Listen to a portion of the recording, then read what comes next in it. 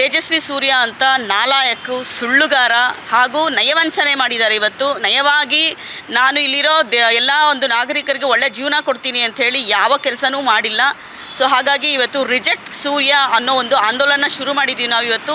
ತೇಜಸ್ವಿ ಸೂರ್ಯರವ್ರಿಗೆ ಯಾರೂ ಕೂಡ ಮತವನ್ನು ಕೊಡಬೇಡಿ. ಇಲ್ಲಿ ಅವರು ಯಾವುದೇ ರೀತಿಯಾದಂಥ ಸಹಾಯ ನಮಗೆ ಮಾಡಿಲ್ಲ, ಯಾವುದೇ ಅಚ್ಚೇದಿನ ಬಂದಿಲ್ಲ, 15 ಲಕ್ಷ ರೂಪಾಯಿ ಬಂದಿಲ್ಲ. ದೋಸೆ ತಿನ್ಕೊಂಡು ಕೂತ್ಕೊಳ್ಳೋದು, ಉಪ್ಪಿಟ್ಟು ತಿನ್ಕೊಂಡು ಕೂತ್ಕೊಳ್ಳೋದು. ನೀವೆಲ್ಲರೂ ತೇಜಸ್ವಿ ಸೂರ್ಯ ಅವ್ರ ವಿಡಿಯೋ ನೋಡಿ ತಿಂತಾನೆ ಇರ್ತಾರೆ. ಅವನಿಗೆಲ್ಲರೂ ಓಟ್ ಹಾಕಿಕೊಟ್ರೆ ಅದು ಲಾಯಕ್ಕಾಗಿರುತ್ತೆ ಅಂಥೇಳಿ ನಾನು ಹೇಳೋಕ್ಕೆ ಇಷ್ಟಪಡ್ತೀನಿ. ತೇಜಸ್ವಿ ಸೂರ್ಯ ಅವರು 2023ರಲ್ಲಿ ಚುನಾವಣೆ ಬಂತು. 10ನೇ ತಾರೀಕು ಚುನಾವಣೆ 2 ದಿನ ಮುಂಚೆ ಅವರು ಮೀಟಿಂಗ್ ಮಾಡ್ತಾರೆ. ಮೀಟಿಂಗ್ ಮಾಡಿ ನಾವು ಬ್ಯಾಂಕ್ ರಿವೈವಲ್ ಮಾಡ್ತೀವಿ, PPT ರೆಡಿ ಇದೆ, ಫಿನ್ಟೆಕ್ ಕಂಪ್ನಿಗೆ ಕೊಡ್ತಾ ಇದ್ದೀವಿ, ಬರುತ್ತೆ ಯಾವುದೋ ಒಂದು ಕಂಪ್ನಿ ಅಂಥೇಳಿ ತುಂಬ ನಯವಾಗಿ ಮಾತಾಡಿ, ನಾನು ಮೊಸರನ್ನ ಹಾಕೊಂಬರ್ತೀನಿ ಬಾಕ್ಸಲ್ಲಿ, ಆಚೆ ಏನೂ ತಿನ್ನಲ್ಲ, ತುಂಬ ಸಭ್ಯಸ್ಥ ಅಂಥೇಳಿ ಭಾಷಣ ಮಾಡಿದ್ರು. ಇವತ್ತು ಸಹಕಾರಿ ಬ್ಯಾಂಕ್ಗಳ ಚಿಂತನ ಮಂಥನ ಇದೆ, 13ನೇ ತಾರೀಕು ಬನ್ನಿ ಅಂತ ಹೇಳಿ ಕರೆದು ಯಾರು ಠೇವಣಿದಾರರು ಬಂದಿದ್ದಾರೆ ಅವ್ರ ಮೇಲೆ ಅವರ BJP ಬೆಂಬಲಿಗರನ್ನ ಎತ್ತುಕಟ್ಟಿ ಅಲ್ಲಿ ಗಲಾಟೆ ಮಾಡಿಸಿ ಅವ್ರ ಮೇಲೆಲ್ಲ ದೌರ್ಜನ್ಯ ಮಾಡೋ ರೀತಿಯಲ್ಲಿ ಹಣ ಕೊಡಿ ಸ್ವಾಮಿ ಅಂತ ಹೇಳಿದ್ರೆ, ನಾನು ನಿಮಗೆ ಕೋವಿಡ್ ಸಮಯದಲ್ಲಿ ಕಷ್ಟ ಅಂತ ಹೇಳಿದಾಗ ಅಕ್ಕಿನ ಮನೆಗೆ ಕಳಿಸಿದ್ದೀನಿ, ರೇಷನ್ ಕಿಟ್ನ ಅಂತ ಹೇಳಿ ನೀವು ಹೇಳ್ತಿರಲ್ಲ. ಒಬ್ಬ ಇವತ್ತಾನೆ ಹೇಳ್ತಾಯಿದ್ರು ಯಾವುದೋ ಮೀಟಿಂಗ್ ಇದರಲ್ಲಿ, ನನಗೆ 32 ವರ್ಷನೋ 35 ವರ್ಷನೋ ಅಂತ.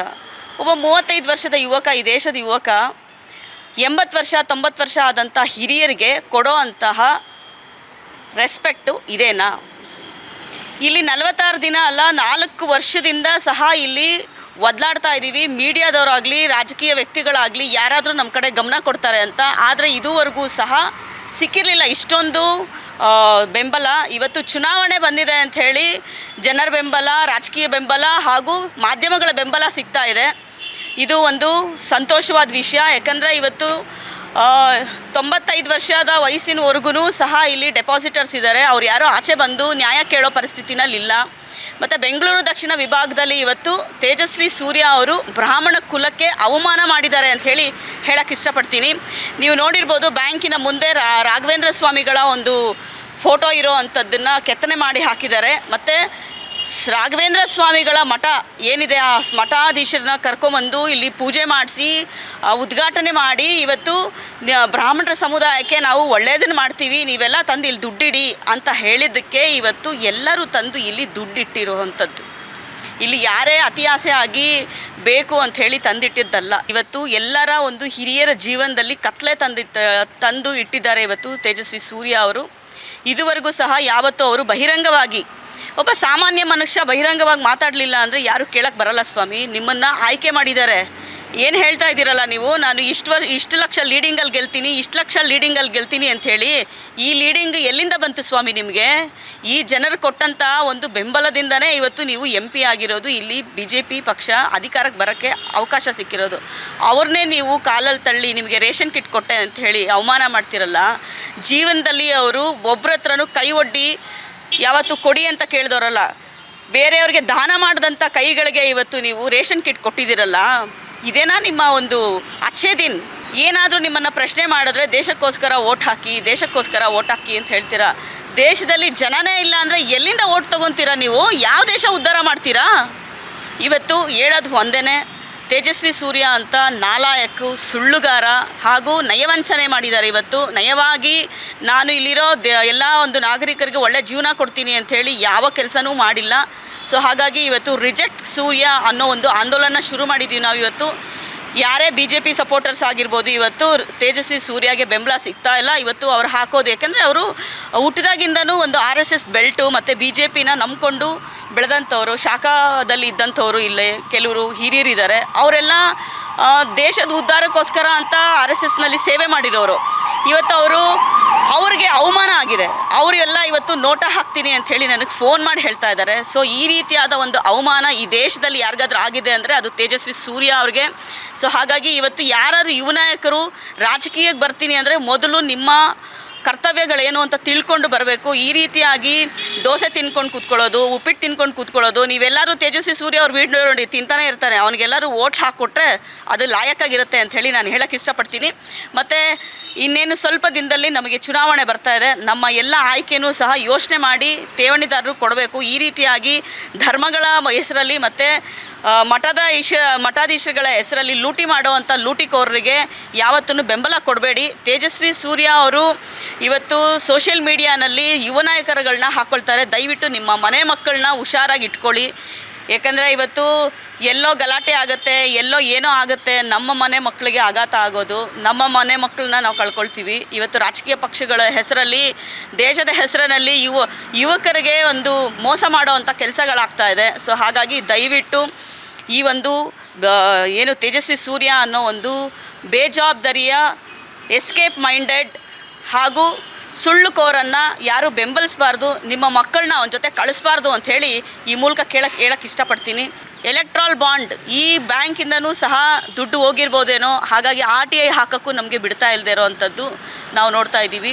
ಗುರು ರಾಘವೇಂದ್ರ ಸಹಕಾರ ಬ್ಯಾಂಕ್ 1999ರಲ್ಲಿ ಆರಂಭವಾದ ನಂತರ ಇಲ್ಲಿ ನಡೆದಿರ್ತಕ್ಕಂಥ ವ್ಯವಹಾರಗಳು ಕೂಡ ನಿಜಕ್ಕೂ ಕೂಡ ಯಾರೂ ಕೂಡ ತಿಳ್ಕೊಟ್ಟಿರ್ತದ್ದು ಮತ್ತು ಯಾರಿಗೂ ಕೂಡ ಇಲ್ಲಿ ನಡೆದಿರ್ತಕ್ಕಂಥ ವ್ಯವಹಾರದ ತಳ ಬುಡ ಎರಡೂ ಕೂಡ ಗೊತ್ತಿಲ್ಲ.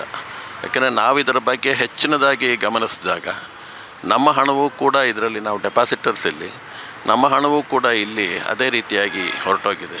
ಮೊನ್ನೆ 13ನೇ ತಾರೀಕು 13/4/2024 ಒಂದು ತೇಜಸ್ವಿ ಸೂರ್ಯ ಅಂತಕ್ಕಂಥ MP ಇಲ್ಲಿ ಒಂದು ಸಹಕಾರಿಗಳ ಸಭೆ ಅಂತ ಹೇಳಿ ಸಭೆಯನ್ನು ಕರೀತಾರೆ. ಆ ಸಭೆ ಕರೆಯೋದಕ್ಕೆ ಇವ್ರಿಗೆ ಯಾರು ಅಧಿಕಾರವನ್ನು ಕೊಟ್ಟರು ಅಂತಕ್ಕಂಥದ್ದು ಮೊದಲು ಪ್ರಶ್ನೆ ಆಗುತ್ತೆ. ಯಾಕೆಂತಂದರೆ ಇವ್ರಿಗೆ ಅಧಿಕಾರವನ್ನು ಯಾರು ಕೊಟ್ಟರು? ಇವರು ಸಹಕಾರಿಗಳ ಸಭೆಗಳನ್ನ, ಏಕೆಂದರೆ ಇದು ಕೋಆಪರೇಟಿವ್ ಸೊಸೈಟೀಸ್ ಆ್ಯಕ್ಟಲ್ಲಿ ಆಗಿರ್ತಕ್ಕಂಥ ಒಂದು Section 7ನಲ್ಲಿ ಈ ಒಂದು ನಮ್ಮ ಗುರು ರಾಘವೇಂದ್ರ ಸಹಕಾರ ಬ್ಯಾಂಕು ರಿಜಿಸ್ಟರ್ ಆಗಿರುತ್ತೆ. ಇವರು ಯಾರ ಪರ್ಮಿಷನ್ ತೊಗೊಂಡು ಕೊಟ್ಟರು ಅಂತಕ್ಕಂಥದ್ದಿದೆ. 4 ವರ್ಷದಿಂದ ಕೂಡ ಇಲ್ಲಿರ್ತಕ್ಕಂಥ ಸಹಕಾರಿಗಳಿಗೆ ಹಣವನ್ನು ವಾಪಸ್ ಕೊಡ್ತೇನೆ ಅಂಥೇಳಿ ತಾವು ಎಲ್ಲ ಕಡೆಯೂ ಕೂಡ ಸಭೆಯನ್ನು ಮಾಡಿ ಅಲ್ಲಿ ನಿರ್ಮಲಾ ಸೀತಾರಾಮನ್ ಅಂತಕ್ಕಂಥವ್ರು ಅವ್ರ ಹತ್ರನೂ ಹೋಗಿ ಮಾತಾಡಿದ್ದೇನೆ, ಅಲ್ಲೂ ಬರುತ್ತೆ ಅಂಥೇಳಿ ಇಲ್ಲಿರ್ತಕ್ಕಂಥ ಎಲ್ಲರಿಗೂ ಕೂಡ ಹೇಳಿ ಇದೇ ರೀತಿ ಮೋಸವನ್ನು ಇವರು ಮಾಡ್ಕೊಂಬಂದರು. ಇವ್ರ ಜೊತೇಲಿ ಇನ್ನೊಬ್ಬರು ಅಶ್ವಥ್ ನಾರಾಯಣ ಅಂಥೇಳಿ ಕೆಲಸ ಮಾಡ್ತಿದ್ದಾರೆ. ಅವ್ರು ನಮ್ಮಲ್ಲಿ MLC ಆಗಿದ್ದರು, ಇಲ್ಲೂ ಕೂಡ ಮೆಂಬರ್ ಆಗಿದ್ದಾರೆ. ಅವರು ಸುಮಾರು 15 ಕೋಟಿ ರೂಪಾಯಿಗಳನ್ನು ಇಲ್ಲಿ ಸಾಲವಾಗಿ ಪಡೆದು ಅಲ್ಲಿ ಹೋಗಿ ಮಂಜುನಾಥ್ ಅಂತಕ್ಕಂಥ ಒಬ್ಬ ಅಭ್ಯರ್ಥಿಗೆ, ಅಂದರೆ ಇದು ನಮ್ಮ ಬೆಂಗಳೂರು ಗ್ರಾಮಾಂತರ ಕ್ಷೇತ್ರ, ಅವ್ರ ಜೊತೆಗೆ ಓಡಾಡ್ಕೊಂಡು ಇದ್ದುಕೊಂಡು ಅಲ್ಲಿ ಮತವನ್ನು ಕೇಳ್ತಿದ್ದಾರೆ. ಅಲ್ಲಿ ಸೋತ ಅಭ್ಯರ್ಥಿಯಾಗಿ ಮುಖಭಂಗವನ್ನು ಅನುಭವಿಸಿ ಅವ್ರು ಬಂದಂಥವ್ರು. ಇಲ್ಲಿ ಯಾಕೆ ಬರ್ತಾರೆ ಅಂತಕ್ಕಂಥದ್ದು ಅಲ್ಲಿರ್ತಕ್ಕಂಥ ರಾಮನಗರ ಮತ್ತು ಕನಕಪುರ ಈ ಒಂದು ಗ್ರಾಮಾಂತರದ ಜನತೆ ಪ್ರಶ್ನಿಸಬೇಕಾಗಿತ್ತು ಸರ್. ನಾನು ಕೂಡ ಅಲ್ಲೆಲ್ಲರಿಗೂ ಕೂಡ ಹೋಗಿ ಹೇಳ್ತೇನೆ, ಯಾಕೆಂದರೆ ಇವ್ರನ್ನ ಸೇರಿಸ್ಬೇಡಿ ಅಲ್ಲಿ ಅಂಥೇಳಿ. ಮತ್ತು ಇಲ್ಲಿರ್ತಕ್ಕಂಥದ್ದು ಏನಾಗಿದೆ, ಹಣ ನಮಗೆ ಬರಬೇಕು.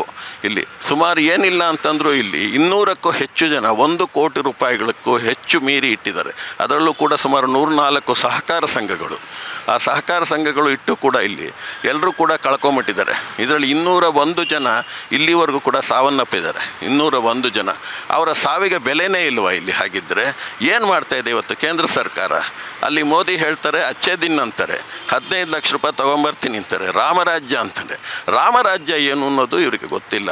ಯಾಕೆಂದರೆ ರಾಮರಾಜ್ಯ ಅಂತಂದರೆ ಏನು ಹೇಳ್ತಾನೆ ರಾಮ ಅಂದರೆ ಅರಿಷಡ್ವರ್ಗಗಳನ್ನು ಮೀರಿ ನಿಲ್ಲಬೇಕು, ಕಾಮಕ್ರೋಧ ಮದಮತ್ಸರ ಮೋಹಗಳನ್ನು ಮೀರಿ ನಿಂತು ಇಲ್ಲಿರ್ತಕ್ಕಂಥವ್ರಿಗೆ, ಅಂದರೆ ಕಿರಿಯರು ಯಾರೂ ಕೂಡ ಹಿರಿಯರದ್ರಿಗೆ ಮರಣವನ್ನು ಹೊಂದಬಾರ್ದು ಅಂತಕ್ಕಂಥದ್ದು ರಾಮರಾಜ್ಯದ ನೆನಪು, ರಾಮರಾಜ್ಯದ ಕಲ್ಪನೆ.